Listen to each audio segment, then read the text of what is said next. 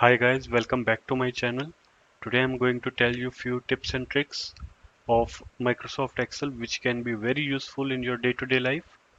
So we have a table here with my again favorite Hollywood stars with their random number of movies. So don't worry, these are not the actual numbers.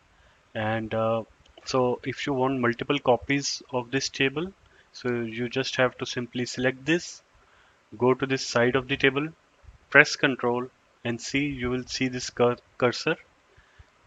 Just click on this and drag this table. So you will get a copy of this table. You can again press Ctrl, go to this corner and again drag it while pressing Ctrl. So you can do multiple copies of this table. Okay, now so let's just undo this. And what if you want to only move this table without making any copy? So for that, select the table, go to the corner and without pressing Ctrl this time, just drag this selection and you can move the table wherever you want. Okay, so my next trick is what if we have a data which has a number of different set of columns, suppose like this,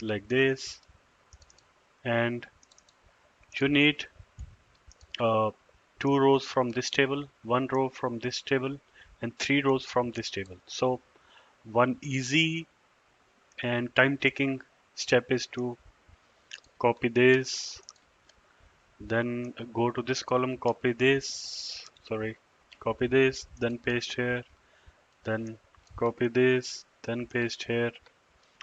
So the easier way to do is go to this clipboard section. You can see a button here, click on it, and suppose you need this row, so copy this row, and if you need this row, copy this row. So copy the rows in the sequence that you need, so it will be going to your clipboard. Okay, so copy this row, and if you need this row from here and this row from here, and wherever you want this data to be pasted, go to that cell and click on this paste all button here.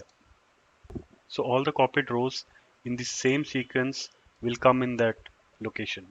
I hope guys you find this video informative, so please like my video and subscribe to my channel.